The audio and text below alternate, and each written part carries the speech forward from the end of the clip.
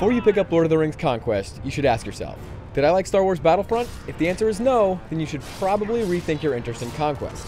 For all intents and purposes, it is a reskinned Battlefront, now with the Lord of the Rings license. But that may actually be a good thing for some, so let's take a closer look. Players select from one of 4 classes: Warrior, Mage, Scout, and Archer. Each class has their own special attacks. Mages can make shields and cast lightning and other spells, Scouts can turn invisible and assassinate people, and other classes follow suit. You start out as lowly no-names. Essentially you're that guy from the movie who got no lines and screams a lot when dying.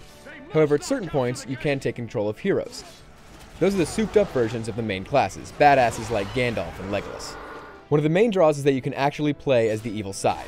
So yeah, you do start out as a run-of-the-mill orc, and then later take control of Sauron or Belrog. Sauron, while cool-looking, is sort of a wuss for being a Dark Lord, but on the flip side, Belrog is awesome. The evil campaign changed the story so Frodo doesn't destroy the ring at the end of the trilogy. It becomes a cool alternate take on the movie. You get to burn the Shire, kill annoying hobbits, and slaughter good guys like Gimli and Gandalf left and right. It's pretty sweet, and I, for one, have always wanted to murder hobbits since the first movie. The single player is pretty short, 8 good guy levels and 8 bad guy levels that will take you just under 8 hours total. It's just a string of battles with objectives, and there's 2-player co-op that makes the game even easier. However, much like Battlefront, this game is built for online multiplayer. There's a conquest mode where you take control of 4 capture points, a team deathmatch, and a CTF mode called Capture the One Ring. The game runs very smoothly and has a cap of 16 players. The main problem is that Conquest didn't really aim all that high with its design. It's solid for what it sets out to do, but it doesn't have much depth, and the evil side plays extremely similarly to the good side. On top of that, combat is fairly sluggish and boring. You'll be pulling off the same combos over and over, and frankly, it all starts to feel like Dynasty hobbits after a while. Graphics are also sloppy.